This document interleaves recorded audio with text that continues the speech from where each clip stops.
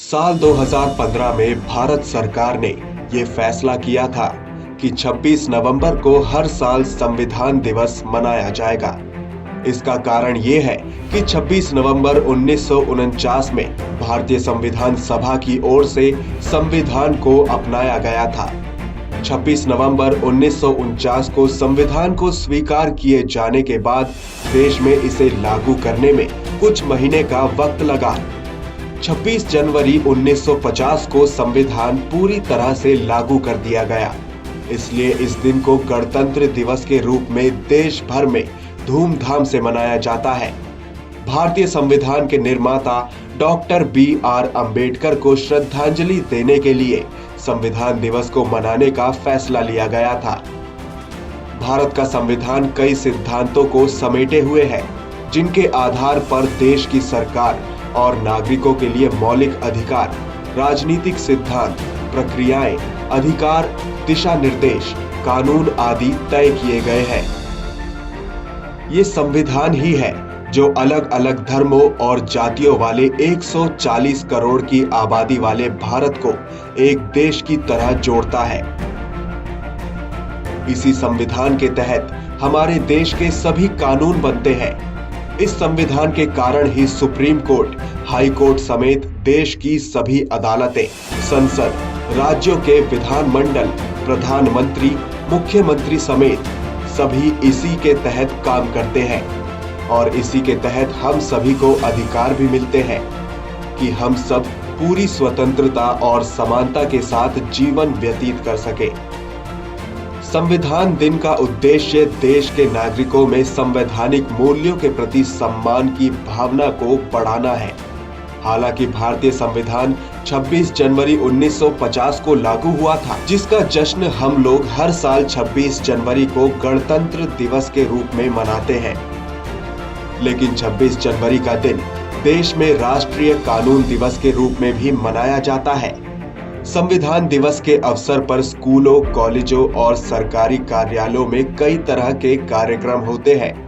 भाषण, निबंध लेखन और क्विज प्रतियोगिताएं भी कराई जाती है। अब सवाल ये भी उठता है कि जब 26 नवंबर 1949 को हमारा संविधान बनकर तैयार हो गया था, तो फिर इसे 2 महीने की देरी से क्यों लागू किया गया? इसके पीछे की वजह 20 साल पहले आजादी की लड़ाई के दौरान की तारीख का मिलना है। दरअसल 26 जनवरी 1930 को कांग्रेस ने देश की पूर्ण आजादी का नारा दिया था। इसी की याद में संविधान को लागू करने के लिए 26 जनवरी 1950 तक इंतजार किया गया।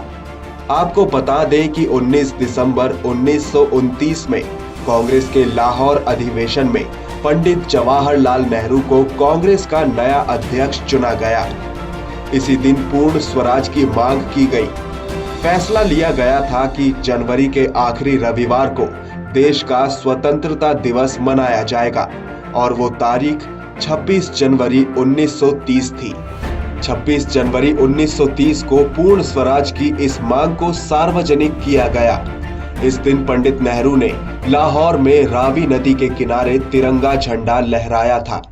इस तरह 26 जनवरी का दिन बेहद खास था, जिसके लिए इंतजार किया गया।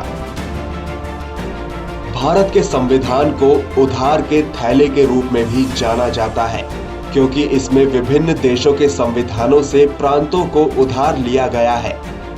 इसे भारत के ऐतिहासिक परिप्रेक्ष्य, भौगोलिक विविधता, सांस्कृतिक विशेषताओं के अनुसार तैयार किया गया था।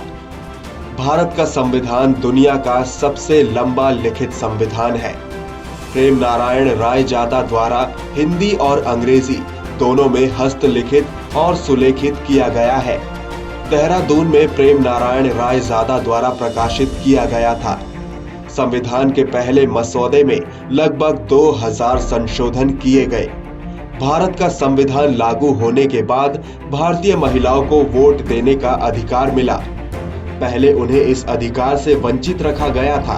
केवल पुरुषों को वोट डालने की अनुमति थी। 1950 का मूल संविधान नई दिल्ली में संसद भवन में नाइट्रोजन से भरे एक केस में संरक्षित है। भारत के प्रथम राष्ट्रपति डॉक्टर राजेंद्र प्रसाद संविधान पर हस्ताक्षर करने वाले पहले व्यक्ति थे। संविधान सभा के तत्कालीन अध्यक्ष फिरोज गांधी इस पर हस्ताक्षर करने वाले अंतिम व्यक्ति थे। लगभग 64 लाख रुपए के कुल खर्च के साथ संविधान लागू हुआ। पूरे संविधान को तय करने में कुल 2 वर्ष 11 महीने 18 दिन का समय लगा था, जो 26 नवंबर 1949 को पूरा हुआ था।